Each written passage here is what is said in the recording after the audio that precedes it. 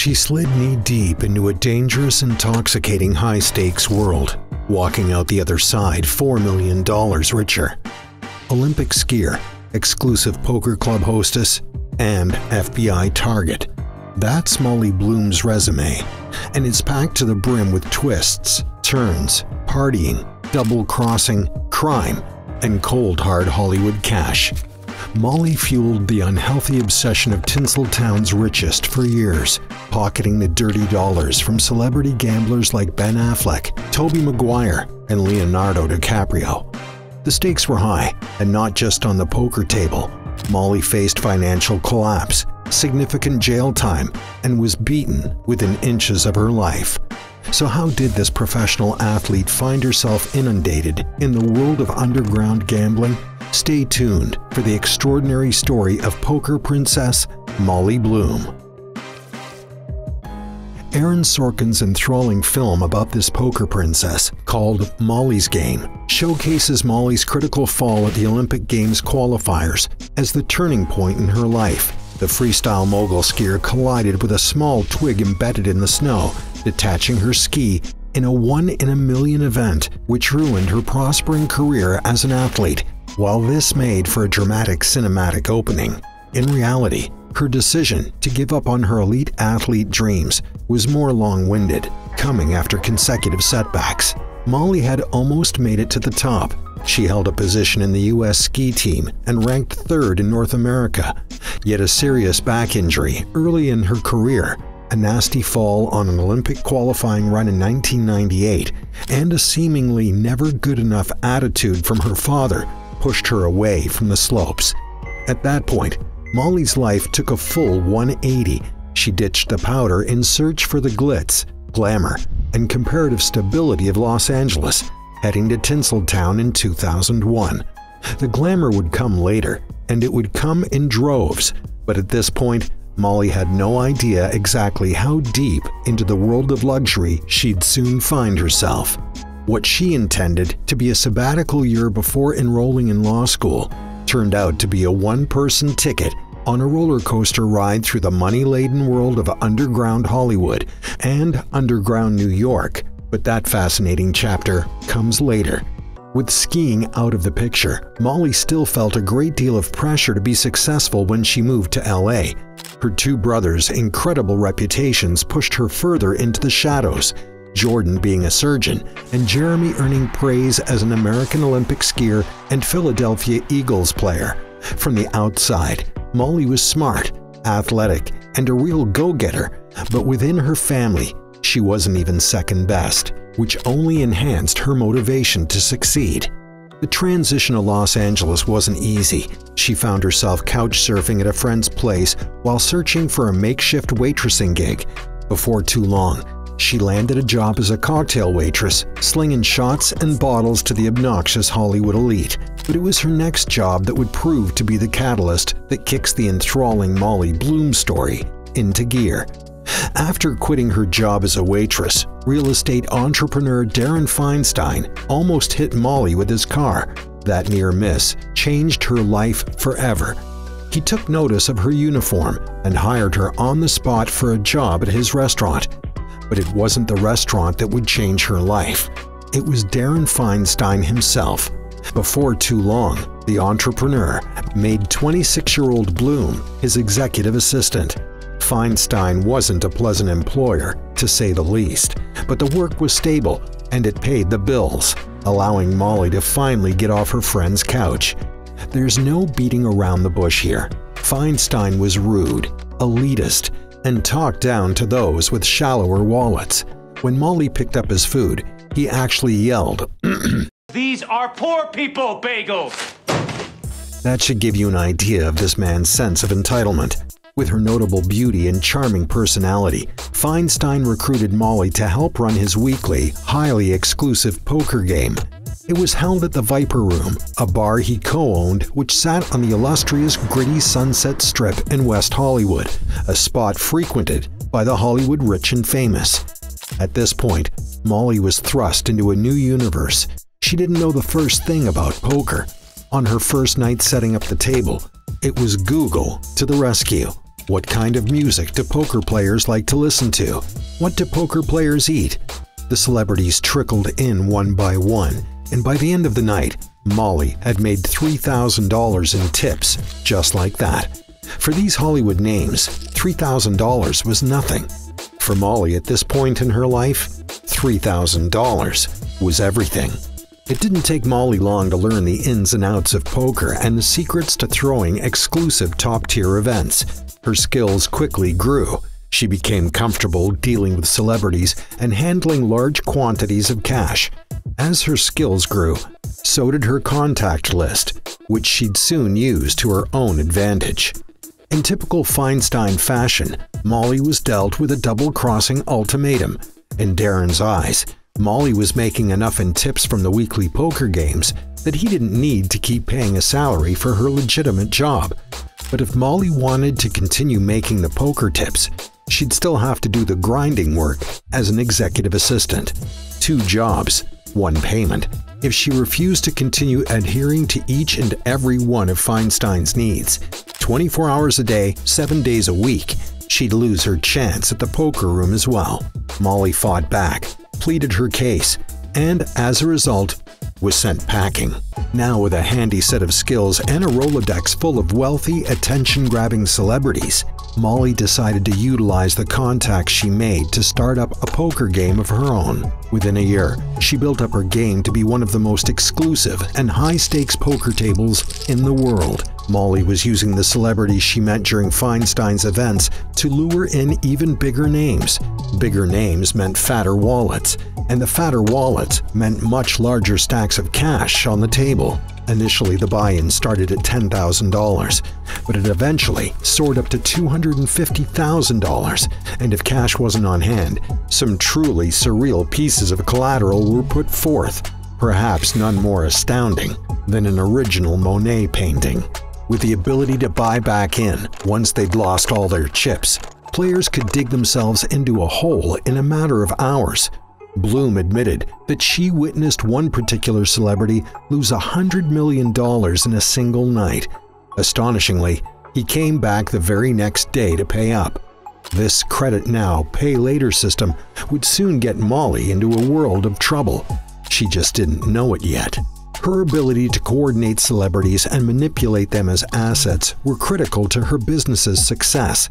The poker princess made it clear people want to sit at a table with them, be close to them, and this was a big draw to the game.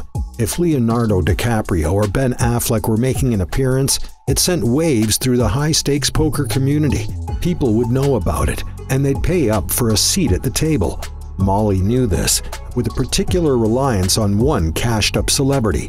In SORKIN's movie, this greedy, tasteless, back-chatting celebrity is known only as Player X, played by Michael Cera, but across the media, it's inferred that Player X is, in fact, ex-Spider-Man Tobey Maguire. In Molly Bloom's memoir, she writes Tobey Maguire once offered her a $1,000 tip to bark like a seal that wants a fish. When she refused, he stormed off. Up until this point, everything that Molly was doing was legal, from serving people drinks to then becoming the game runner and operator, and then ultimately in her role as the bank. She wasn't breaking any laws. Her income was solely based on the hefty tips players gave her, and she paid taxes on that income. As the banker in the poker room, players could come to Molly for a line of credit. They'd sign on the dotted line, go back to the poker table, and repay her loan in the following days. When things ran smoothly, that's exactly how it played out. She ran background checks on her players or had other celebrity clients vouch for their credibility. Her organizer gig allowed for her to earn as much as $4 million a year, but every once in a while, she'd get royally screwed. Players would take out a line of Molly's credit, lose it all on the table, and not be able to pay it back. She had to personally fork out millions to cover the unpaid debts. In 2009, she moved her operation to New York. That's where the trouble escalated. That's when she crossed the line. She took a small percentage of the pot one night, just like they do in Vegas, but without a gambling license. She broke a federal law. In New York, Alex Rodriguez became her new celebrity pawn. His elite persona elevated the status of the operation. When he would show up, other deep-pocketed card sharks would do the same, some just for the thrill of basking in the aura of a celebrity. He was to her New York operation what Leonardo DiCaprio had been to her Hollywood operation. Although Molly never described Alex actually playing poker, his presence alone was enough to pique interest. With significant amounts of money exchanging hands on the regular, Molly's nerves started to bubble over. To alleviate her concern for toting around so much cash between games, she hired a driver for security reasons. Ironically, it was this quest for security that would lead her toward her most frightening moment yet. The driver set up a meeting for Molly with a couple of his friends, who he claimed were potential wealthy poker players. Molly met them in a fancy hotel lobby, and one of the men, an obvious out-of-towner, ordered an appletini.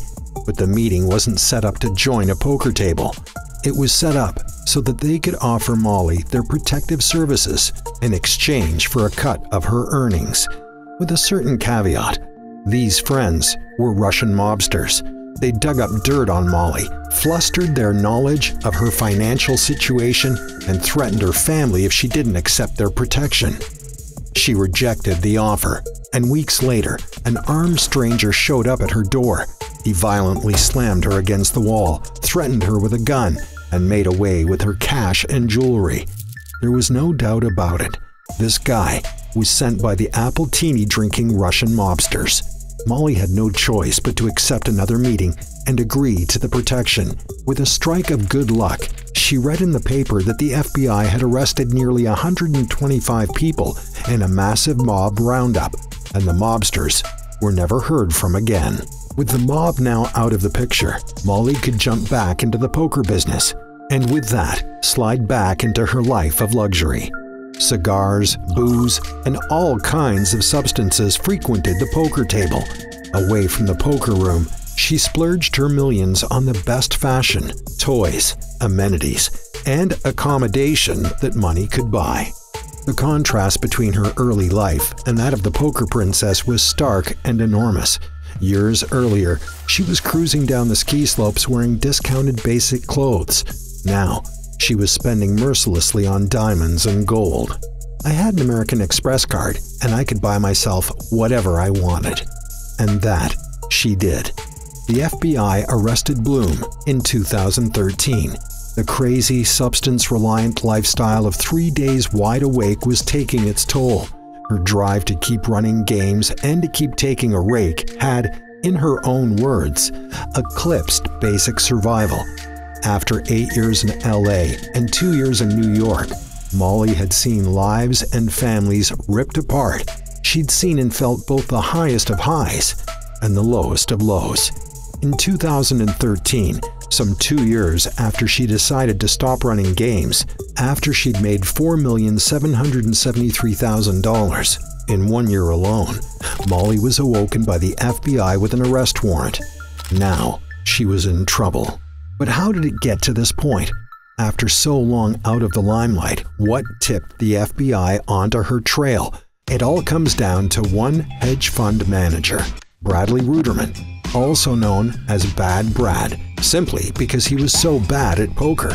He'd consistently lost $100,000 in a night, but his seat at the table allowed him to reel in celebrity clients who'd shell out multi-millions to power his hedge fund.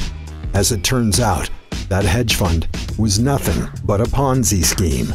Bad Brad lost $5 million of his investors' money, promoting an investigation that circled back to the poker game and its clients, some of which had their toes dipped in the Russian mafia. And who was the piece at the center of it all, unknowingly bringing Ponzi scheming hedge fund managers, cashed-up celebs, and mobsters into the same room?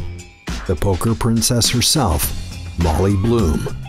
Once Molly's name was on the FBI radar, they started secretly following her and listening to her conversations. They seized all her assets, and she was forced to put her mom's house up for sale to help her pay her legal bills. Had Molly not been arrested, her lifestyle may very well have got her into deeper trouble before too long. prosecutors offered to entirely restore her bank accounts and rid her of any criminal wrongdoing if she turned over the names of her poker players. But Molly remained adamant. Sharing those named would ruin careers and break up more families. She wasn't going to do it. In 2014, after pleading guilty, Molly managed to escape with 1 year of probation, 200 hours of community service, and a $1,000 fine, thanks to a lenient judge who deemed her involvement in the gambling ring and Russian-American mafia minor. These days, following her wild ride through the unforgiving underground world of high-stakes poker, Molly Bloom has turned a new leaf. She's using her proven networking experience to reach fellow women and help them harness their inner success.